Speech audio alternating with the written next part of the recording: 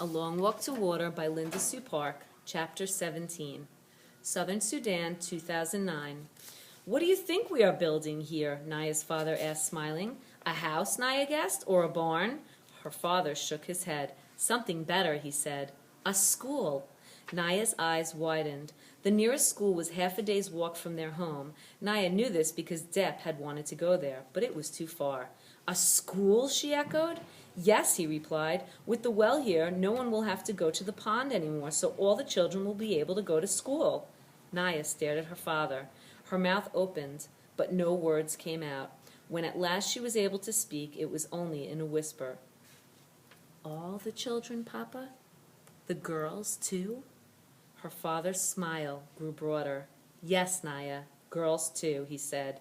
Now go and fetch water for us.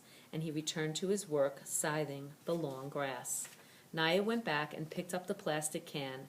She felt as if she were flying. School! She would learn to read and write! Sudan and Rochester, New York, 2003 to 2007. Salva stood at the foot of one of the beds in the crowded clinic. Hello, he said. Hello, the patient replied politely. I have come to visit you, Salva said. To visit me, the man frowned. But who are you? You are Maween Dut Arik, aren't you? Yes, that is my name. Salva smiled, his insides trembling. Even though his father looked older now, Salva had recognized him right away. But it was as if his eyes needed help from his ears. He needed to hear his father's words to believe he was real. I am your son. I am Salva. The man looked at Salva and shook his head. No, he said, it is not possible. Yes, Salva said. It's me, father. He moved to the side of the bed. Maween Dut reached out and touched the arm of this tall stranger beside him. Salva? He whispered. Can it really be you? Salva waited. Maween Dut stared for a long moment.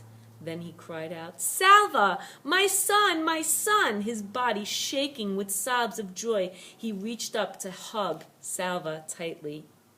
It had been almost 19 years since they had last seen each other.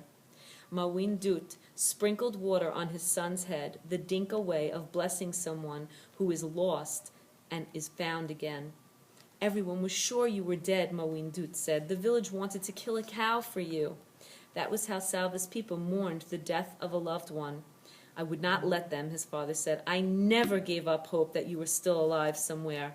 And my mother? Salva asked, barely daring to hope. His father smiled. She is back in the village. Salva wanted to laugh and cry at the same time. I must see her! But his father shook his head. There is still war near Lunarik, my son. If you went there, both sides would try to force you to fight with them. You must not go. There was so much more to talk about. His father told Salva that his sisters were with his mother, but of his 3 brothers, only Ring had survived the war. Arik, the oldest, and Kual, the youngest, were both dead.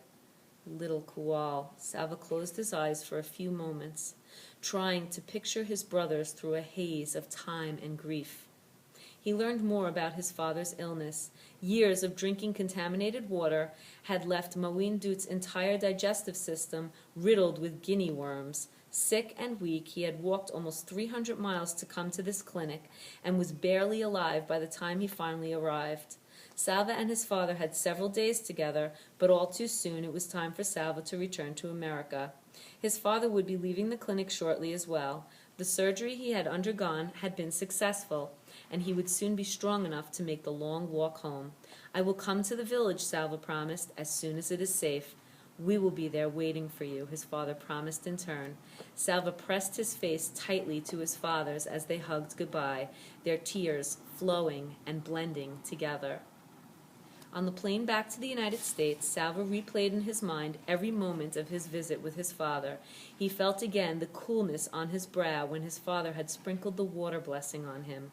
And an idea came to him, an idea of what he might be able to do to help the people of Sudan. Could he do it? It would take so much work. Perhaps it would be too difficult, but how would he know unless he tried? Back in Rochester, Salva began working on his idea.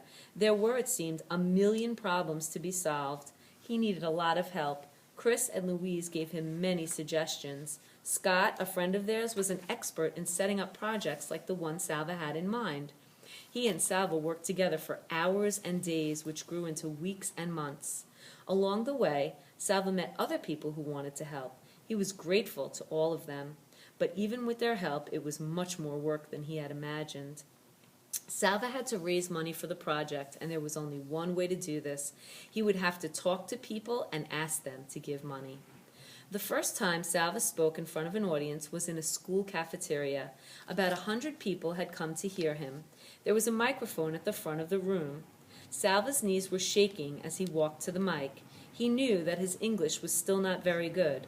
What if he made mistakes in pronunciation? What if the audience couldn't understand him? But he had to do it. If he didn't talk about the project, no one would learn about it. No one would donate money, and he would never be able to make it work. Salva spoke into the microphone. "Hello," he said. At that moment, something went wrong with the sound system. The speakers behind him let out a dreadful screech. Salva jumped and almost dropped the mic. His hands trembling, he looked out at the audience.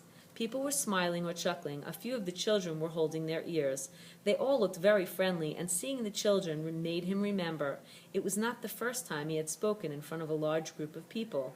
Years before, when he was leading those boys on their walk from the Ethiopian refugee camp to the one in Kenya, he had called a meeting every morning and evening. The boys would line up facing him, and he would talk to them about their plans. All those eyes looking at him, but every face interested in what he had to say. It was the same here. The audience had come to the school cafeteria because they wanted to hear him. Thinking of that made him feel a little better, and he spoke into the mic again. "Hello," he repeated, and this time only his own voice came from the speakers. He smiled in relief and went on. "I am here to talk to you about a project for Southern Sudan." A year passed, then 2, then 3. Salva spoke to hundreds of people in churches, at civic organizations, in schools. Would he ever be able to turn his idea into reality? Whenever he found himself losing hope, Salva would take a deep breath and think of his uncle's words. A step at a time. One problem at a time. Just figure out this one problem. Day by day, solving one problem at a time, Salva moved toward his goal.